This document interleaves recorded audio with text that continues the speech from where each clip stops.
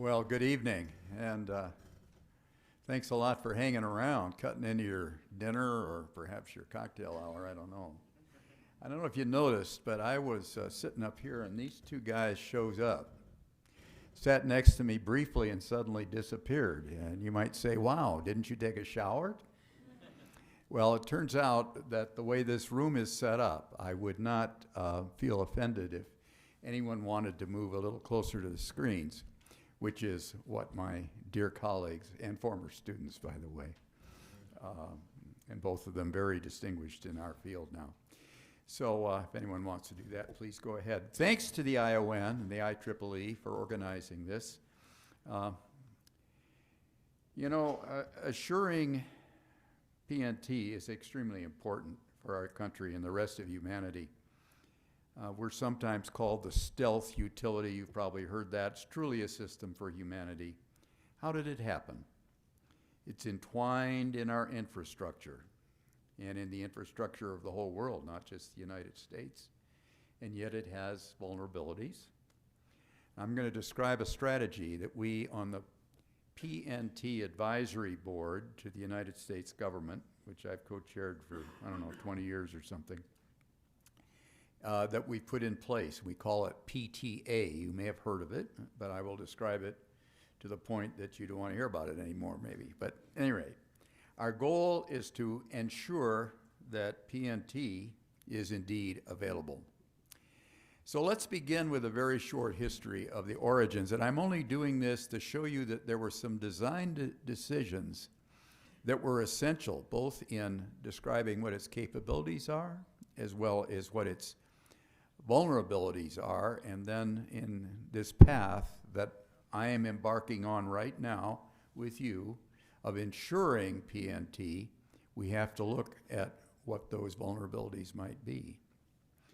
So about 51 years ago, I was a young Air Force colonel, and I experienced a bad failure in my career. I had flown to the Pentagon from my home base in LA, and I was briefing the highest decision-making board in the Pentagon. I was requesting approval for an Air Force proposal to build a prototype satellite-based navigation system. I had inherited that design, and the board's vote was unanimous. They rejected it, and I thought my career was probably over. At the time, we called that Black Thursday. Turns out it was really Gold Thursday.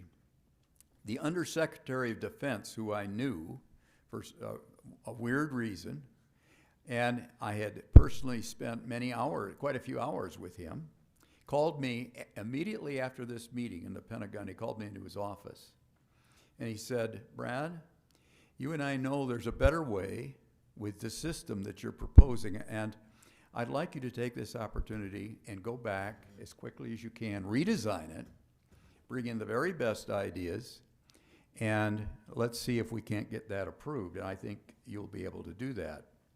Well, on flying home from the Pentagon to Los Angeles, I realized that if we tried to change anything, I had at least 3 or 4 no-sayers in my program who would put up a lot of obstructions. I had meanwhile hired about a dozen of the best and brightest Air Force officer engineers that I could find. These were gents they happened to be all men, but I have had female graduate students, just in case. So the point is, I had a bunch of very bright minds who could look at things openly. They had masters and PhDs. I think we had 7 PhDs on the program at one point. And I decided that I had to move that redesign meeting away from LA. And so I said, I know where we'll go. We'll go to the Pentagon. And not only we'll go to the Pentagon, we'll go and do that over Labor Day weekend. And Labor Day weekend is a very quiet place in the Pentagon. And that's the good news. The bad news is they turn off the air conditioning. But that was okay. And so we were on the 5th floor, approximately where that little dot is. And there were no observers. These people were all workers.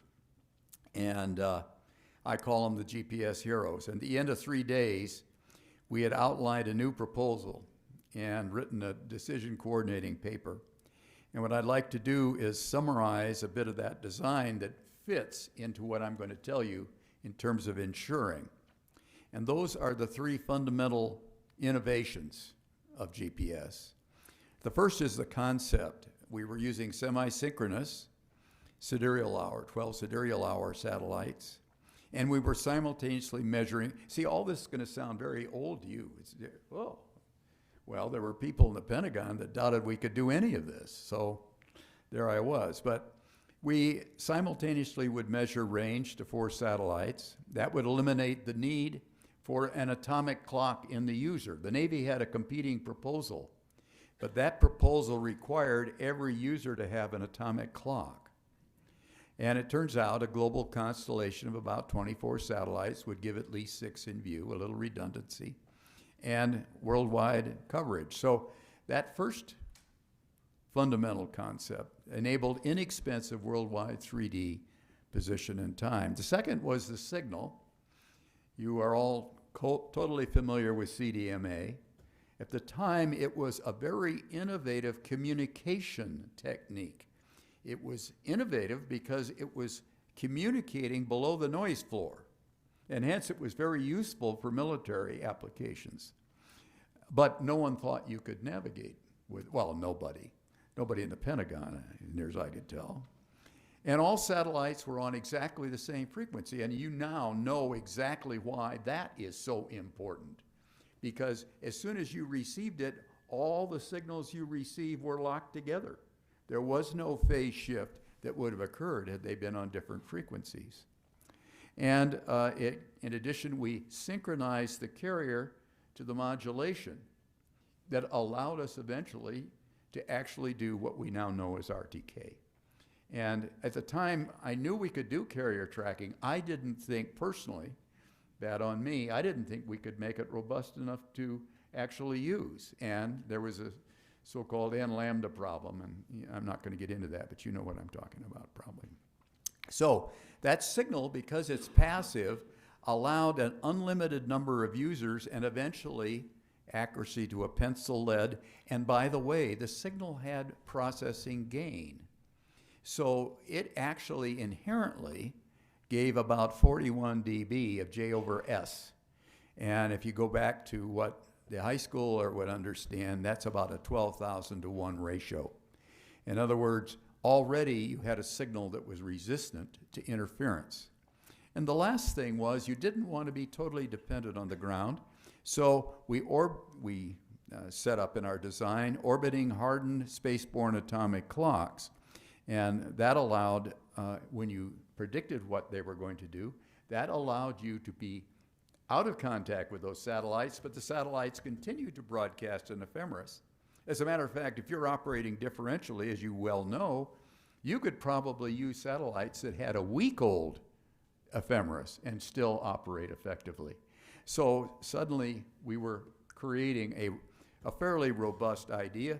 Nominally 12-hour updates, but those updates could potentially be good for a long time. And then back I went to the Pentagon about 4 months later, after a lot of trips in between, to get the bureaucracy to not say no. That's a very careful wording, not say no. Because in a bureaucracy, nobody gets to say yes. Their power is derived from their ability to say no. And you have to get all the key players to the point they say, well, let them do it. And that's what happened.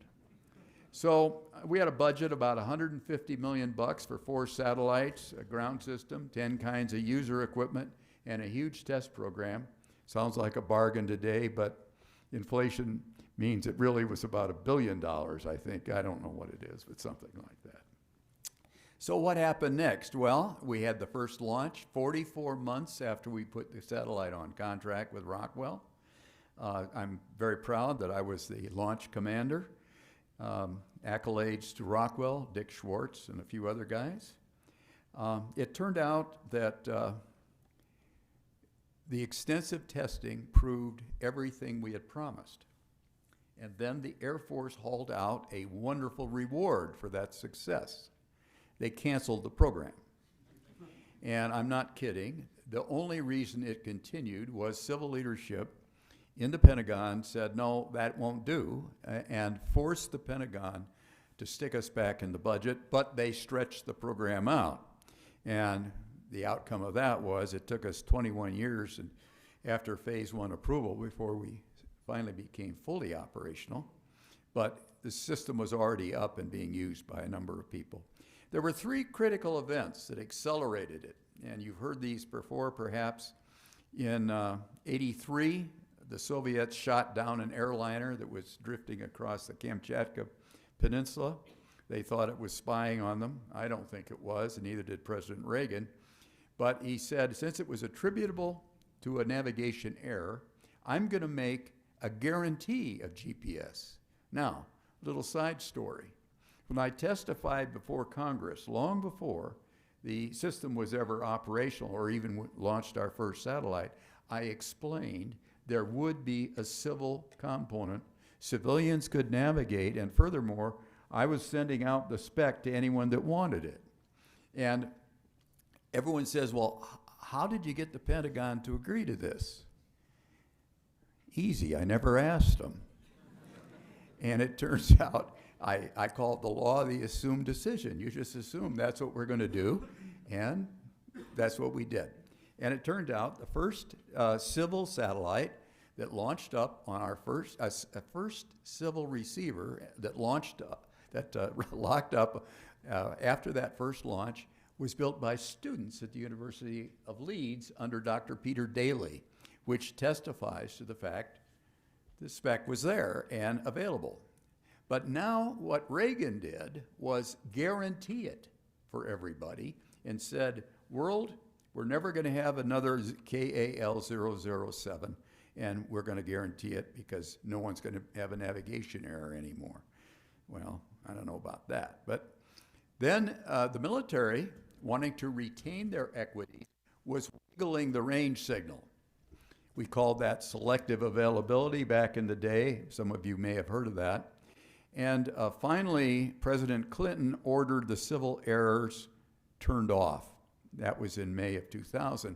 The irony of even doing that was the following. The military was wiggling the signal. The Coast Guard was measuring the wiggle and broadcasting from ground transmitters the corrections that you could get anywhere in the United States. What's wrong with this picture? As a taxpayer, you should rise up in your chairs and revolt because you had well, never mind, you get it, right? Okay, but the last thing, perhaps the most important thing, was the infancy of integrated circuits occurred just as we started to have our program. Most of the, every one of the receivers we built was built with discrete components. They were huge things, power suckers. They were tough to maintain because of that. But along came the integrated circuit, and today you people all probably take it for granted. It is the fundamental enabler in this thing, and it has resulted in a receiver that sits in here receiving over 100 channels, and it costs under $5. Unbelievable. And in my visionary status, I could not have foreseen that. I thought it would get cheaper. Well, what was the impact? Well, what was the impact? This is a installed base. I don't know if you can see my arrow there. These are billions of GPS receivers. How many people in this room have more than one GPS receiver? How many have more than one for everyone that lives in your house with you? I think if you count them, you're going to find most of you are in that category. So what this prediction said back, I don't know, a few years ago, was the number of receivers would exceed the world population by last year, and I think it probably has. The point is there's a lot out. Evidently, people like to know where they are. So trying to introduce a subject, I'll just remind you for 3D and time, using GPS, you need a clear and truthful passive ranging to at least 4 satellites. That means line of sight. If you're sky impaired, you need more satellites or signals. Sometimes they're done with pseudolights down in deep mines, deep pit mines. You must be able to accurately measure that range and overcome local interference.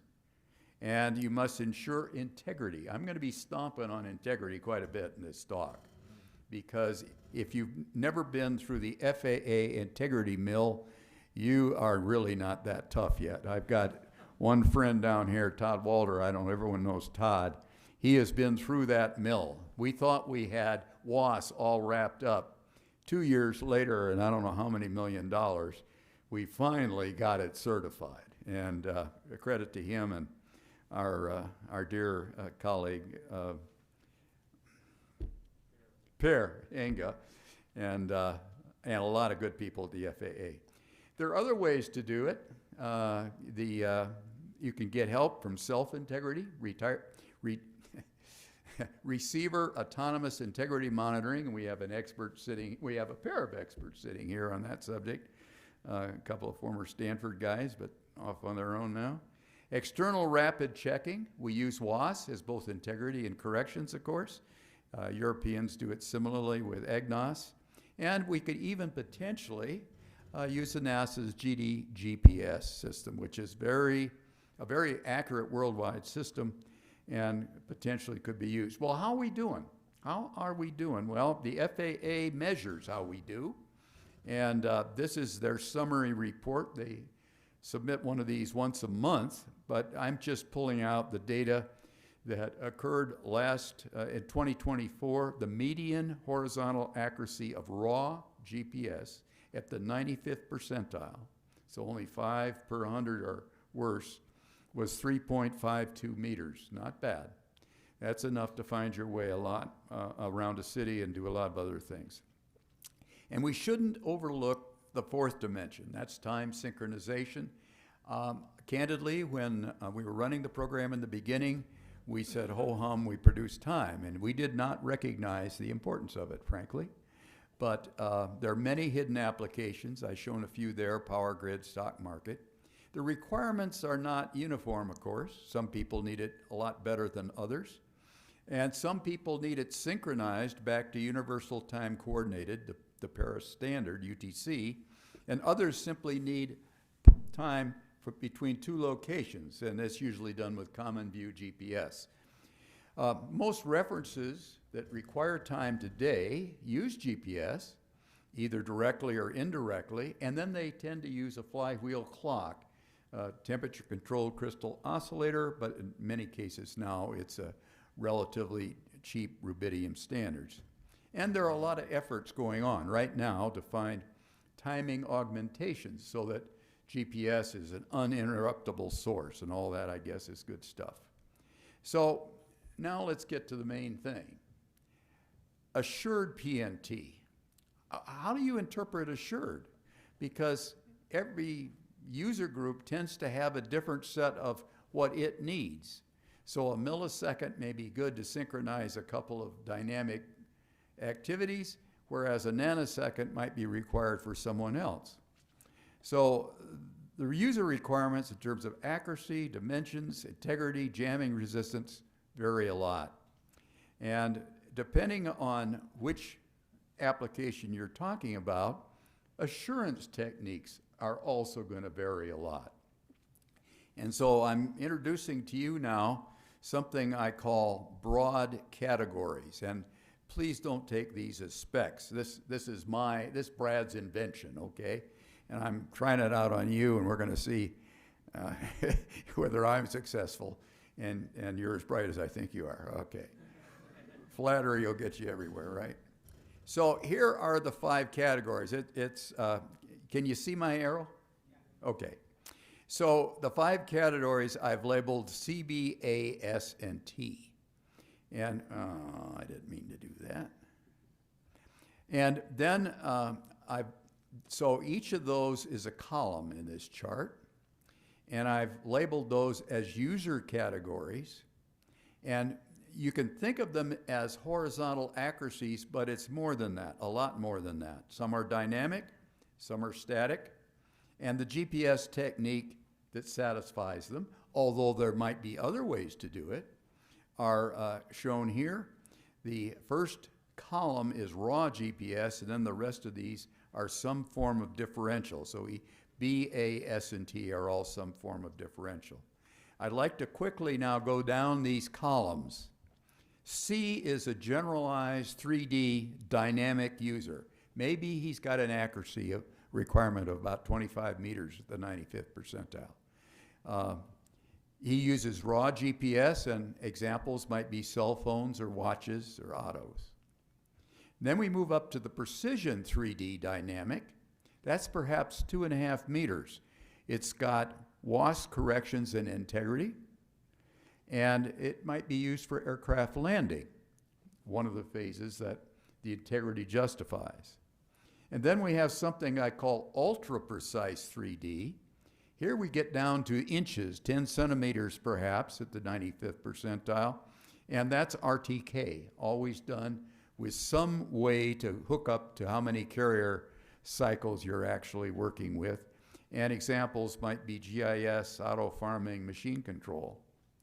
Now the last two, S and T, are static. S is survey class, perhaps a centimeter down to surveyors now claim 1/10 of a millimeter. And you can see some data that clearly shows they're pretty darn close to that if they're not at that. It requires a base station, and plate tectonics comes to mind, although there are lots of other applications of that. And then lastly, T, time, sync, and transfer. And I said it's quite a range of things that you might want.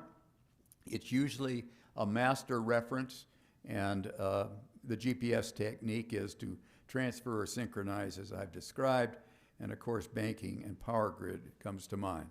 So I'm not going to talk to this chart. This takes those and summarizes them, but you can think of A as the RTK, B as integrity and 2.5 meters, C as unaided, S as survey, and T as time. And against that, and those three enablers I talked about, wow, we do a lot of stuff.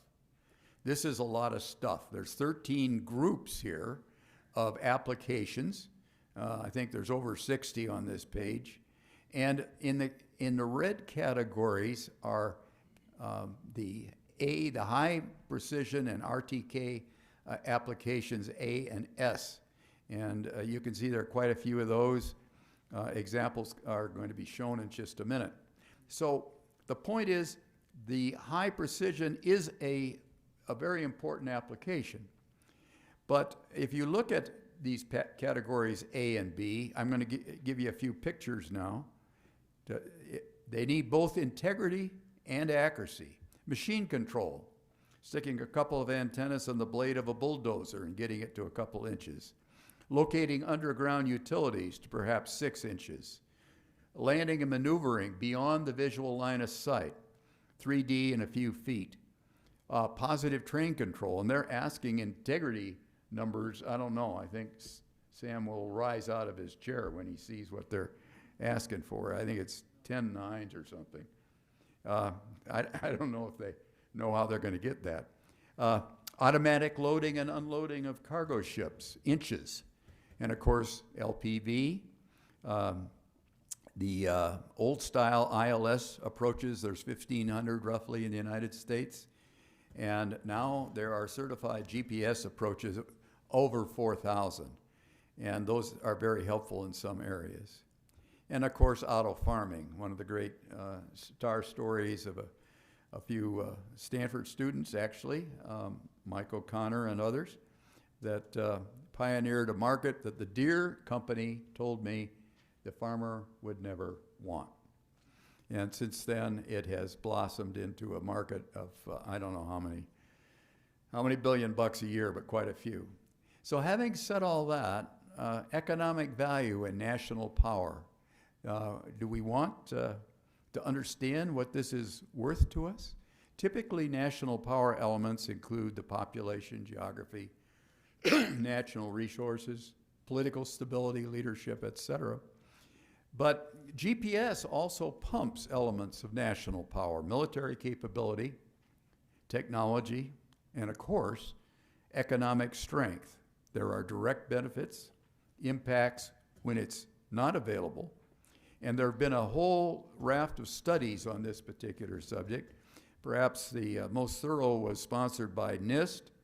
It valued the cumulative, it placed the cumulative value of GPS back in 17 at 1.4 trillion, and it stated that it was increasing by a certain amount, and if you extrapolate that out to 2025, it's over 2 trillion.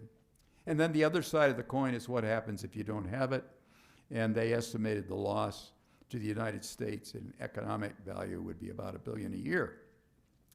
Now, both of those are heavily driven by my categories A and B. And clearly assuring PNT is a very high priority goal, and I suspect I don't have to convince this particular audience of that. But it's used in the economy, in our infrastructure, and of course for safety. Well, other countries have noticed that, and they have added their own. The United States has GPS. It's the first operational signal, and we're heading for 10 operational signals. GLONASS came along a little later. They haven't done as well in terms of maintaining availability and integrity, but nonetheless, they were number 2. The Galileo has moved along and has embarked on a very strong program. Compass is trying to overtake us, and in many cases has. They have more satellites, for example. But the typical summary of all this is there's about 30 satellites that this machine can and does receive. So if I go out in an open field, no, I don't want to do that. All right. There's over 200 signals in view. And a couple of my former students work for Apple. And I went down there and I said, the trouble with Apple is I can't see what I'm listening to on their phone. And he whips out his phone and he shows me a sky map that looks like this. And I says, well, why can't I get it? And he says, you don't have the app. And I said, well, I want the app. And he says, you're not authorized. All right, but you can get a sky map. This is a sky map of San Luis Obispo. There's about, I guess there's 31 in view, GPS, GLONASS, la-di-da. Each is broadcasting those multiple signals, and most cell phones use them all. To my knowledge, I mean, the two major ones use everything that's in view. In spite of the fact the FCC says you're not supposed to listen to anything except GPS and Galileo, the average user doesn't pay much attention. Very hard to police, by the way. And they are interoperable. And there is an international committee as part of the UN that worries being interoperable. And so the big issue there, of course, is time offset. And other constellations can augment. What are the major threats if we're talking availability? Well, obviously signal interference, jamming, spoofing. I contend a good GPS receiver should never be spoofed, never.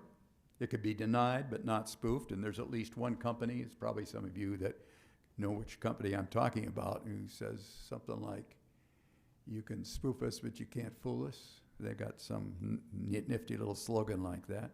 And then you worry about physical attack, the satellites, ground systems, and the like. Cyber attack, operator errors, all those are in that category. And here's a plot of interference. You've probably all seen this. This happens to be the Stanford version, but there's a GPS jam version.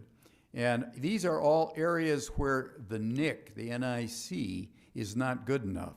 And it says accuracy is not guaranteed to at least a quarter mile. And that is inferred from the ADS-B broadcast from those airplanes. A couple of comments. Less than 1% of worldwide flights are actually involved, in spite of you see all that red. And whoa, guess what? A lot of them are in armed conflicts. And why all the interference in the Azores? Because the international fisheries regulators want to know where fishing ships are, and the fishing ships don't want them to know where they are. And the consequence is, here's a plot of the Azores, and you can see suddenly there's a lot of red down there. So, and the other interesting thing, if you go into the data, as near as I can tell, Todd, you can correct me on this, but I think over half of these incidents are actually being measured by light single-engine airplanes. 172s and 180s is what it looks like. I don't know what that means, except they're closer to the ground, of course. At any rate, yeah, there's a real threat, and the media response has been to throw up their hands and say, oh my gosh, they've just discovered the weak signal, and in fact, there's jamming, spoofing, and blunders, and the statement is we have to find a replacement. No, that's probably a pretty good idea. A reasonable activity has been studied for 20 years. The P&T Advisory Board has this bold claim. There is no replacement for GNSS in terms of equivalent dynamic and static accuracy to millimeters in 3 dimensions, integrity, and worldwide availability, particularly for those categories that I mentioned, A and B. So the conclusion is, well, we've got to attack this problem in another way as well. And the way to do that is to make GPS itself more robust and resilient. So to do that, the P&T Advisory Board has come up with protect, toughen, and augment to ensure that those economic and societal benefits continue. Protect, there's 7 steps. I'm going to mention them in a minute. Toughen, diversify to other signals, and use jam resistance to the extent you can incorporate it into your receiver with well-established techniques. The third is to augment or substitute PNT sources, either by densifying, going to other constellations of GNSS, or actually, there are some people in this audience that I understand are looking at non-GNSS means of navigation. I'm looking at Zach, of course. All right. So the first strategy area to protect, it's very simple. Find out if you're being jammed, figure out where it is, eliminate it, and send the people to jail. Except there are some problems in doing all of those steps. I think our attempts in the early days, I think it took us 2 months for that jammer in near Newark. And we're getting a little better. I think someone was bragging at one of these meetings that they actually had located it in 2 days. I claim that's still not quite enough. But I think what we've got to do is work with DOT and enforcement. There is a central group of people trying to do this at the national level. I think it's very important. Listen up to their progress, but I don't think they've been given enough authority and enough resources. Here's a technique that's both new and old. It was a technique that was invented by a young student at Stanford, Konstantin Gromov. And it, in essence, locates that jammer using time difference of arrival from, in this case, the minimum of 3 locations. This was real data taken in Poland. The jammer was pinpointed here. These are hyperbolas that represent the locus of common time difference of arrival. And all of a sudden, if you look at this, you say, wow, that looks kind of like Loran. Well, it kind of is. It's the same principle, time difference of arrival. And the point is you can locate this. If you have such a network, you can locate these things very, very fast. So we'll see where that goes. I'm hoping it goes further. That's Dennis Akos at the University of Colorado and the Polish Maritime Institute. So toughen the receivers. There's a lot of techniques we know about that. And I'm going to talk about a few. Diversify. And then we could proliferate the constellation if you're worried about physical danger by low-cost satellites. By the way, it's not new.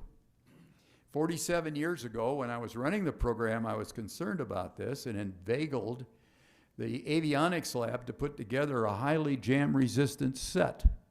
That was done by what was called Collins at the time. Now they're BAE. This was the generalized development model. And there it is. This is a whole test station involving recording and other stuff. But the point is, it flew directly over a field of 10 kilowatts of jamming at 10,000 feet, demonstrating over 100 dB of J over S. And again, for the people that aren't kind of dB qualified, and most of us aren't, that's 10 billion to 1. In other words, the jamming signal was 10 billion times the GPS signal, and they navigated and never saw it. They never saw it. I went back to the Air Force about 20 years later, and I said, geez, whatever happened to that program? They never heard of it. They never heard of it. That kind of disappointed me. But I think they're on it now, I'm sure hoping. So the main techniques we can use, the basic CA receiver, if we want to be in full state 5, gives us perhaps 2,500 of J over S. And again, I'm putting this not in dBs. Signal processing might get a factor of 10. Inertials, narrow the filter, get us down to perhaps another 31. And then controlled reception pattern antennas, SERPAs. These are the superstar of this whole field, and they perhaps get us factors as high as 1 million or more. Some companies claim more, and all those toughen the receivers.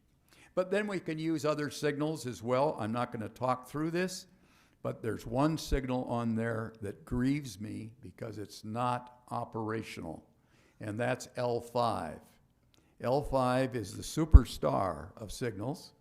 It's got it's designed better than our L1CA of 50 years ago, but in addition, it's pumping out more power, and so you can pick up another factor of 14. If you put all that, and let me say one more word about L5. It was authorized and planned over 26 years ago, and we still have not set it healthy. And I take that as a personal affront. I don't mind telling people in power. I told the vice chairman of the Joint Chiefs of Staff last week, I told him about this, and it turned out he was tuned in. He understood. He understood PNT. That's very good news for everyone in this room, that someone of that power understands and appreciates what PNT does for everyone. Well, here's an example of a SERPA. This happens to be a 19 element. These are dBs down the side. And we ran this about 3 or 4 months ago. There were 3 jammers all on the horizon, and this is a slice of the gain pattern through the horizon. And you can see that the 3 jammers, 2 of them are being attenuated enormously, and one of them is being attenuated, the worst one is being attenuated by 1 million. And again, these are calculations, but the people that are building this equipment today are claiming at least 100,000, and in many cases more. So I think what that has done is a lot. So let's look at the end around, what I call the end around check. What does all that do for me? Well, if we have just an ordinary run-of-the-mill 1 kilowatt jammer sitting in Washington, it'll jam out on this map to about 350 miles if you had line of sight to it. You'd have to be above the ground, of course.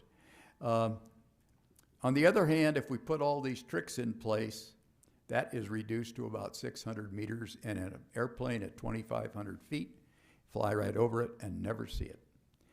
Very powerful technique. But are they in civil receivers today? Not in the United States, they're not. Because we have something called ITAR, International Traffic in Arms Regulation, that prohibits more than 3 elements in a GPS antenna.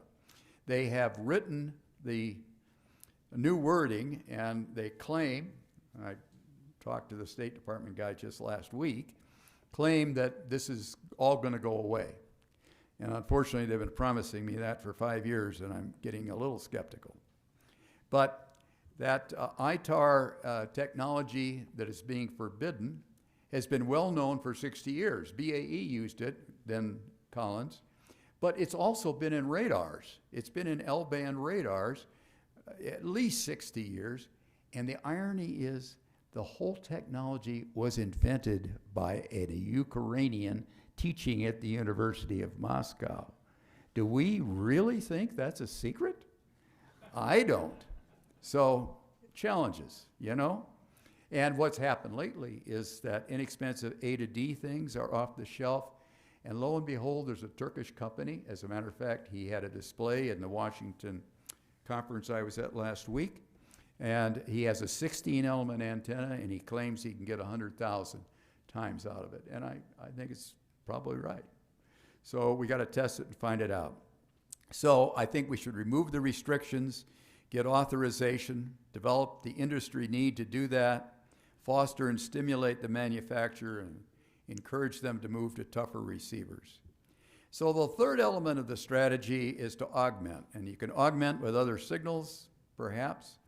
But I know a lot of people in this audience are principally interested in using other sources, such as LEO comms, ELORANs, or TV signals. And all these are very intriguing.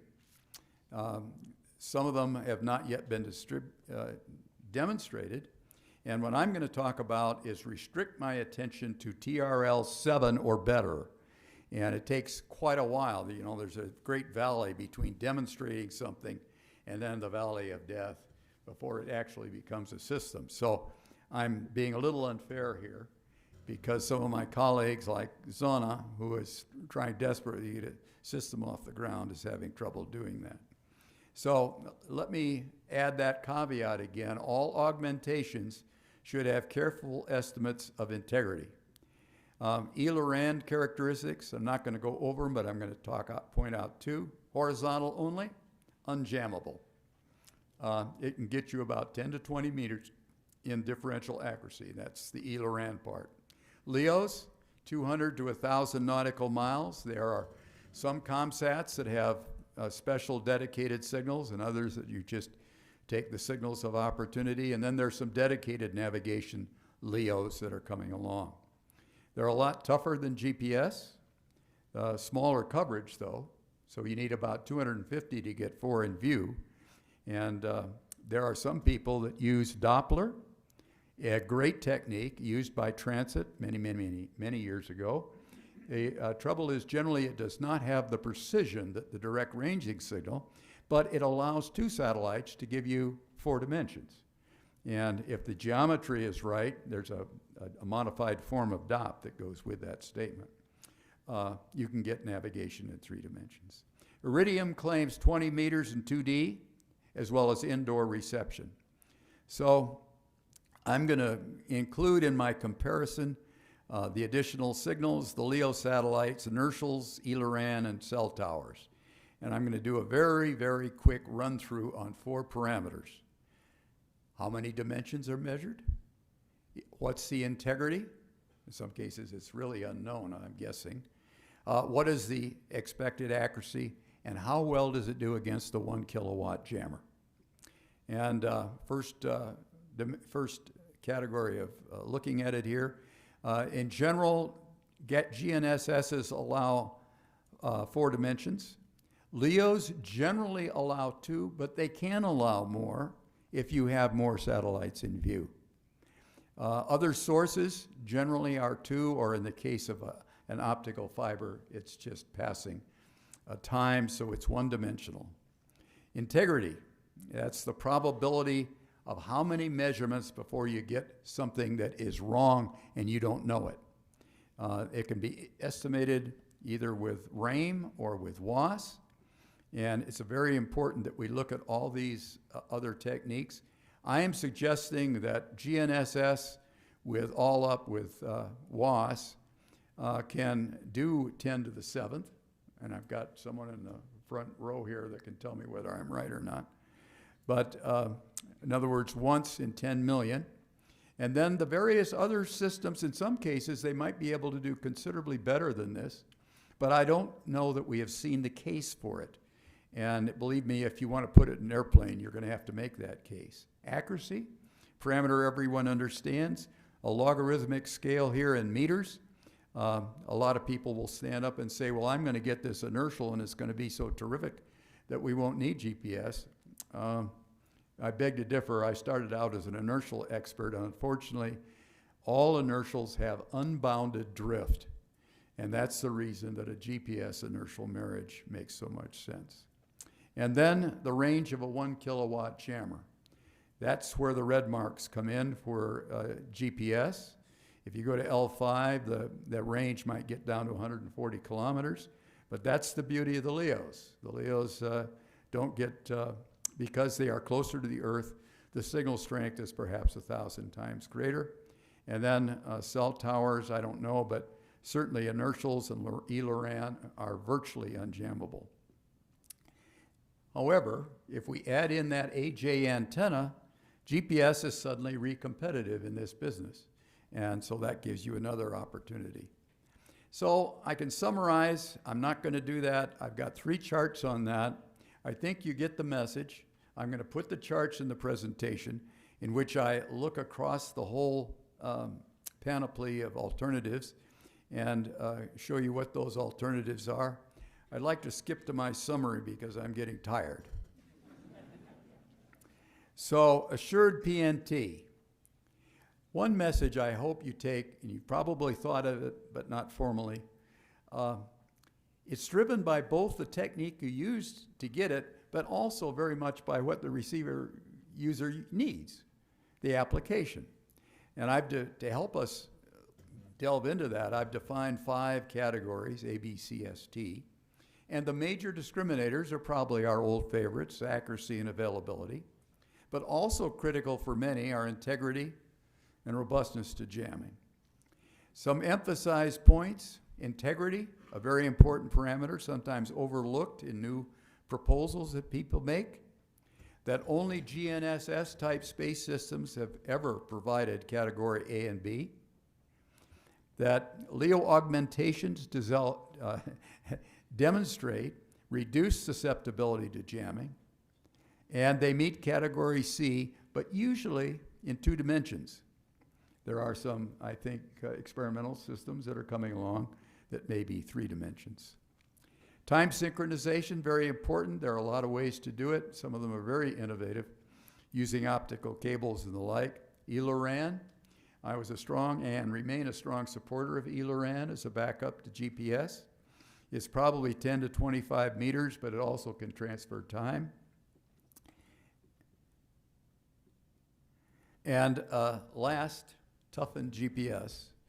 With those directional antennas, it becomes pretty impregnable for anyone except somebody with an enormous jammer. And that's pretty important. So, recommendations? Well, let's protect the signal. Let's make certain our federal government does their job and puts the resources in place to rapidly pinpoint and eliminate jammers. In toughening, I've foot stomped this enough. Phased array antennas is a big help in doing this, and because they are now shrinking in cost and size for the user who needs assured PNT, it might be the way to go. And lastly, augmentation. The United States should continue to pursue promising alternatives, but recognize none of those can satisfy categories A and B, and it's unlikely to me that they're going to be able to go into airplanes anytime in the future. You got to watch out. The valley of death in terms of fielding something still exists, and to go from a demonstration to a full-blown system is a process that took GPS 21 years, and it's likely to take a long time for some of the bright new ideas that are coming along. So if you're advocating one of those, it's a long haul. And that's all I had to say. Thank you.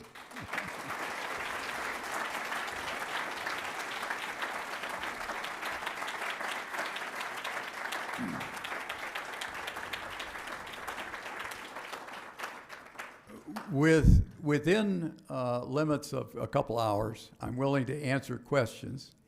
And I enjoy it because I already heard all this stuff already, and it's boring to me. But if you have questions, no question is stupid. And I enjoy questions. So do we have a... So please, spicing things up here. Dr. Purvan. I guarantee I have a stupid one. I thought I read that the ITAR restrictions were relaxed and only the Department of Commerce export control was the thing that was left. I'm sure glad you brought that up. They have finally published a revised ITAR, and it takes them a year to go from a revised ITAR to a signed document, apparently. That's agility. I thought they wanted Not. machines that just signed like Yeah, that. yeah, oh, yes. Don't go there. Okay. Ah, good Dr. Casas. I knew he'd have a question.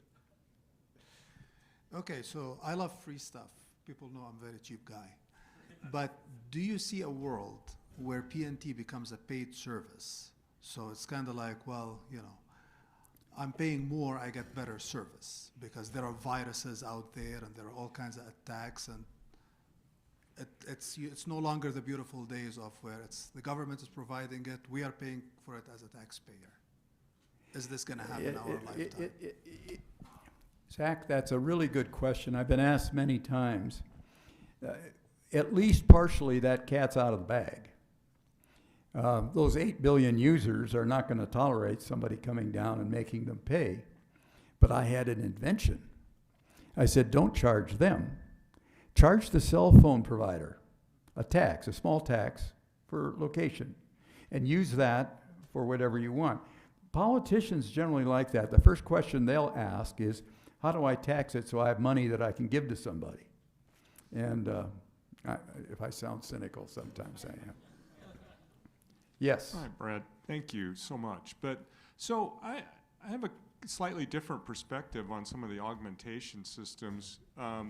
It seems to me the sort of general users are actually going to be the ones least likely to really benefit from, say, the terrestrial systems, whereas an aviation user certainly could be doing en route and terminal area, maybe down to non-precision approach, using things like enhanced DME, ELRAN, and things like that. Well, this is a really good observation, in my opinion. And the trouble I have is that until you've got the scar tissue that goes with getting something certified, and I only observed it in at least a few of the people in this room that I know personally went through that. A true story, I was the CEO of Trimble Navigation. I'd taken over because it was going in the tank. It was going bankrupt. And one of the first things I did is completely cancel our avionics group. They had a great product. They didn't understand how to get it certified. And I already knew that. I didn't know exactly how to do it, but I knew it was really hard.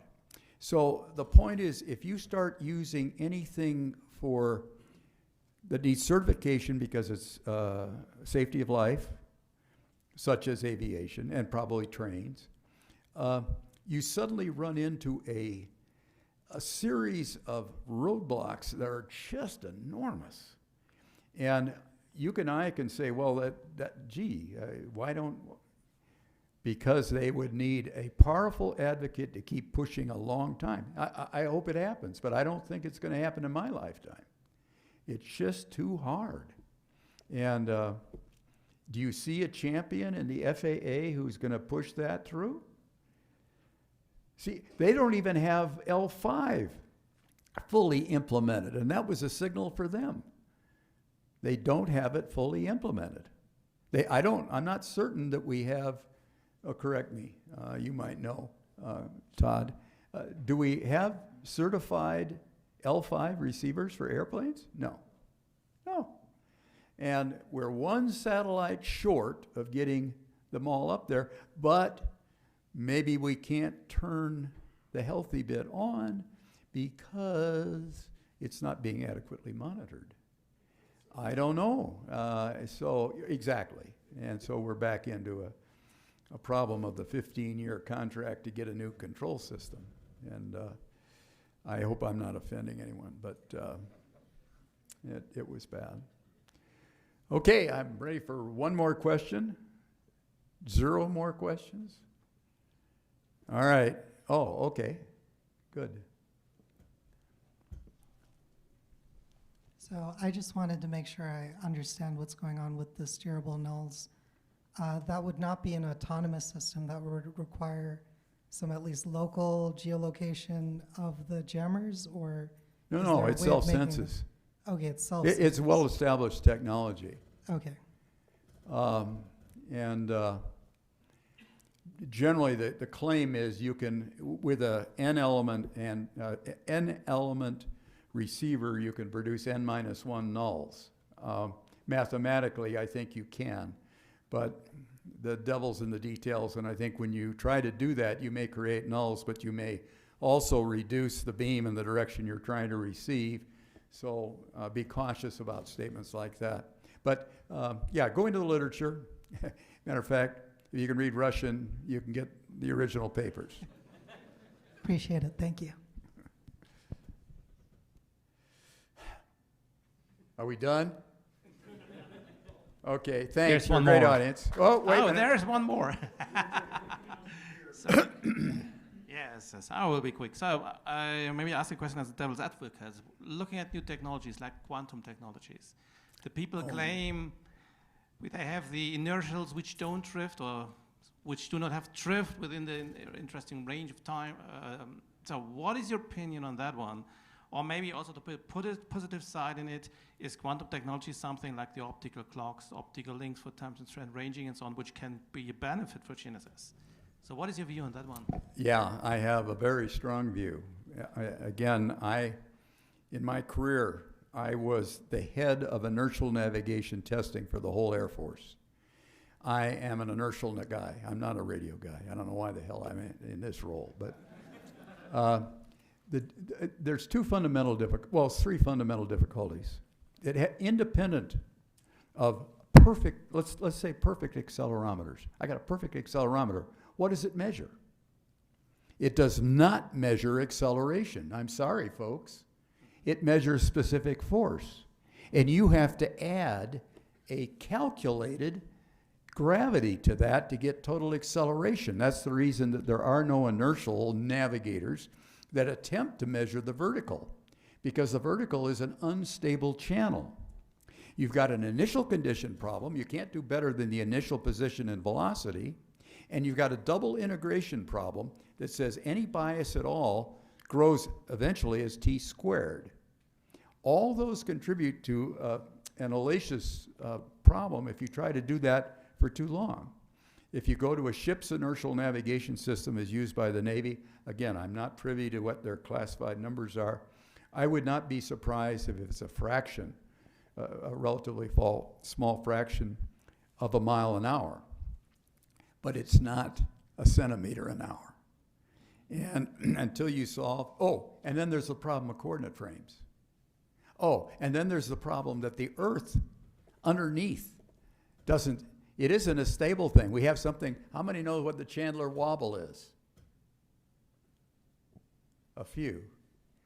The polar axis of the Earth doesn't stay fixed in the Earth.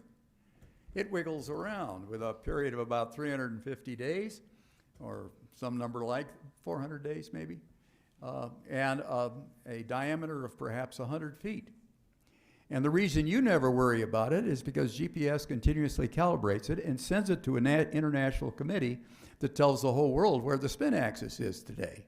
Now, it doesn't jump. It moves slowly like any other gyroscope. But the point is, if I'm integrating inertially, I don't know what the Earth is doing underneath me. And if it's wiggling around like that, hopefully that's a small problem. And also, once you get down to that level, calculating the gravitational acceleration, which I am adding to my specific force center, not my as a matter of fact, Doc Draper, who I happen to know, was the inventor of inertial navigator. And if you said accelerometer to him, he'd come unglued. It was a specific force center. It can measure what I'm pushing. I'm pushing on this right here. I'm pushing on that. I can measure that. I can't measure what's causing me to push on it, which is gravity. If it's not moving, I can infer that gravity is the opposite of that push. But as soon as I am no longer sitting, quote, stable, I've got a problem. The people who advocate those are advocating some really great technology. It is so fun to see it. But the idea that you all of a sudden you're going to integrate, you're going to doubly integrate from a coordinate frame you don't know into a coordinate frame that's wiggling, sorry, it ain't working. It's just, well, too strong a statement. It'll kind of work for a while. Not bad, huh? All right. Anything else? That was a good one. That was a great one, as a matter of fact. Okay, thanks a lot.